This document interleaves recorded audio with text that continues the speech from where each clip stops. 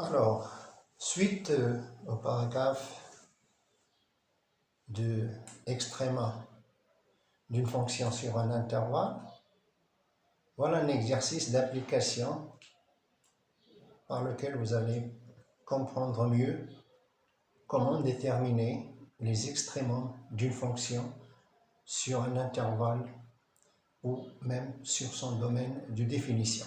Donc, l'énoncé de l'exercice. On considère la fonction f, une fonction numérique à variable réelle, bien sûr, telle que f de x égale à x à la puissance 3 moins 3x. Première question. Déterminer d de f, qui est le domaine de définition, puis étudier la dérivabilité de f sur son domaine de définition. Deuxième question, calculer f' de x, quel que soit x appartenant à d de f, c'est-à-dire la fonction dérivée. Et puis, on déduire les variations de f, c'est-à-dire là où il est croissante ou décroissante. Et troisièmement, donner les extrémums de f sur son domaine de définition. Solution. Alors, première question, déterminer d de f. Puisque f est une fonction polynôme, alors il est défini sur R. Ça, c'est une règle générale. Les fonctions polynômes sont définies sur R, sans rien discuter. C'est-à-dire que d de f est égal moins l'infini plus l'infini, qui est l'ensemble R. On préfère décrire le domaine de définition sous forme d'un intervalle ou la réunion des intervalles pour mieux connaître les limites, les bornes de domaine de définition. Alors, deuxième partie de la question. Puis, alors là, il y a deux questions. Déterminer d de f, on a répondu. Puis, on va étudier la dérivabilité de f sur son domaine. Pour la même raison, et parce qu'il y a une règle générale, puisque f est une fonction polynôme, alors elle est dérivable sur R. Ça, c'est une règle générale sans rien discuter. Terminé la première question, passons à la deuxième question. Calculer f' de x pour x appartenant à d de f. Alors, quel que soit x appartenant à R, en utilisant les règles des fonctions dérivées des fonctions usuelles et opérations sur les fonctions dérivées, là, il s'agit d'une somme de deux fonctions usuelles, alors on dérive terme par terme. La dérivée de x à la puissance 3, c'est 3x au carré, moins la dérivée de 3x, c'est 3. Alors, en factorisant par 3, j'obtiens 3 facteurs de x au carré moins 1. Et x au carré moins 1, c'est une identité remarquable, c'est x moins 1 facteur de x plus 1.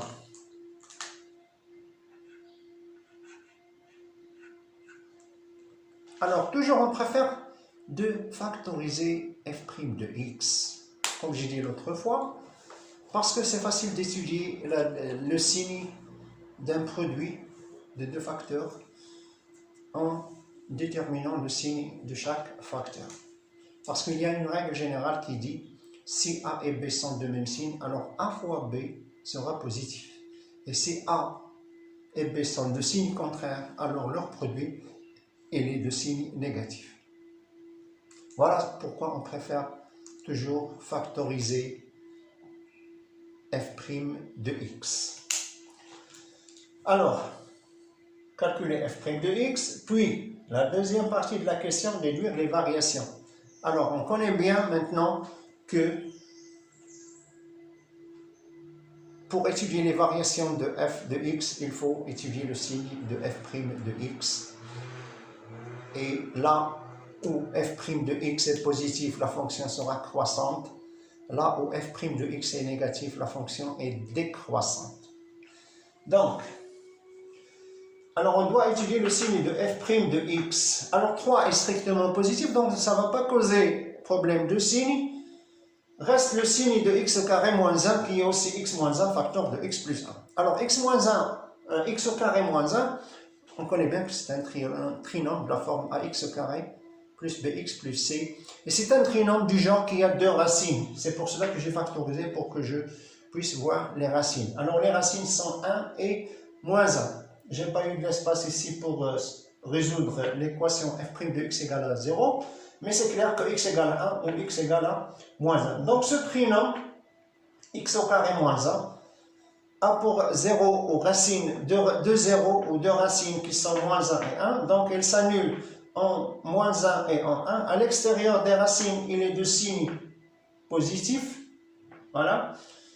Et à l'intérieur des racines, il est signe contraire de 1, donc il est négatif. Donc, f est croissante sur l'intervalle moins l'infini moins 1, puis décroissante sur l'intervalle moins 1, 1, puis croissante sur l'intervalle 1 plus l'infini. D'accord? Alors, je termine mon tableau en calculant f de moins 1. Moins 1 à la puissance 3, c'est moins 1. Plus 3, c'est 2. Et f de 1, c'est 1 moins 3, c'est moins 2.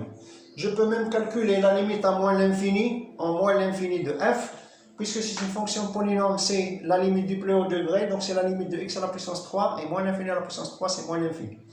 De même, pour plus l'infini, ça donne plus l'infini. Donc, passons à la troisième question. Donner les extrémums de f sur son domaine de définition qui est 1. Regardez là, la fonction il est croissante, il est décroissante, donc là, ça s'appelle une valeur maximale, un maximum. Donc, f admet un maximum local en moins 1. Alors, le point là où il y a la valeur maximale, c'est le point moins 1, et la valeur de cet extrémum, ce maximum, c'est la valeur 2. On dit que f admet un maximum local en moins 1 qui est 2. Pourquoi j'ai dit local? Parce que dans un voisinage seulement de moins 1, l'image de x est plus petite que 2. Regardez là, au voisinage de plus l'infini, la fonction tend vers plus l'infini, donc il n'est pas plus petit que 2.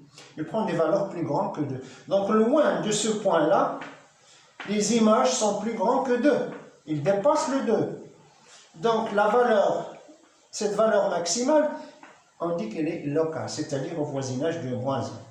C'est-à-dire dans un intervalle ouvert centré en moins 1. De la même chose, c'est une valeur, il admet aussi un minimum local en 1. Et cette valeur minimum vaut moins 2. Il est aussi une valeur locale parce que là, la fonction prend des valeurs moins que de moins 2. Plus petit que moins 2, parce que la fonction vient de moins l'infini. Donc les valeurs sont proches de moins l'infini. Il augmente jusqu'à 2, puis il descend jusqu'à moins 2, puis il redescend. Il remonte jusqu'à plus l'infini.